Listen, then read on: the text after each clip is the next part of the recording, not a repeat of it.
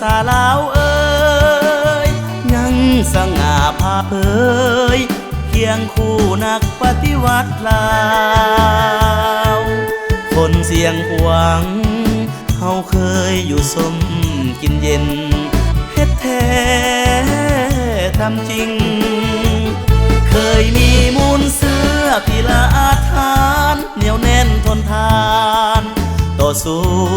คนเสียงขวางเฮายืนอยู่ท่าผู้มีใสคนเสียงขวางเฮาฮักเมืองนอนบ้านเดิมที่นี้ฮักสิทธิเสรีสามัคคีปึกแผ่นแน่นหนาสงครามลามมาครั้งใดเปลวไฟแค้นยิงทวีคูณผู้พูดชงให้ขยายปัจจัยลัดพิลาสนเสียงปืนแตกตัวแห่งหนป้อมยนต์เกลื่อนธรณีแดงคนเสียงขวางเฮาบ่หวั่นบ่กลัวทุ่งปฏิวัติปิวสะบัดอยู่เทิงน่านฟ้าแผ่นดินเล็กกาสาวภาษาชาติดีละสนน้ำใจเสียสละสู้สนคนเสียงขวางสูงส่งแท้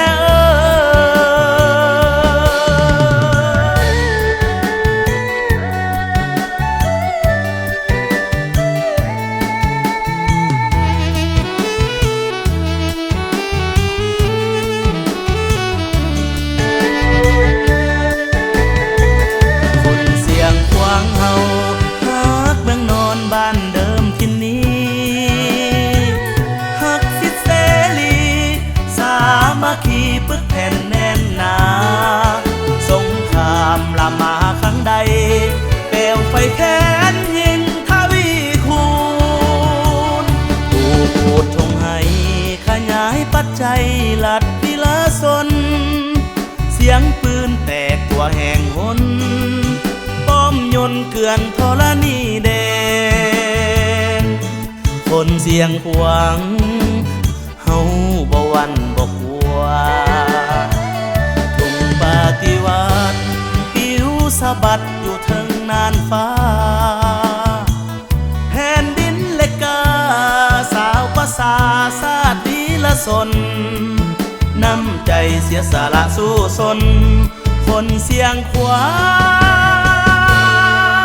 งสูงส่งแท้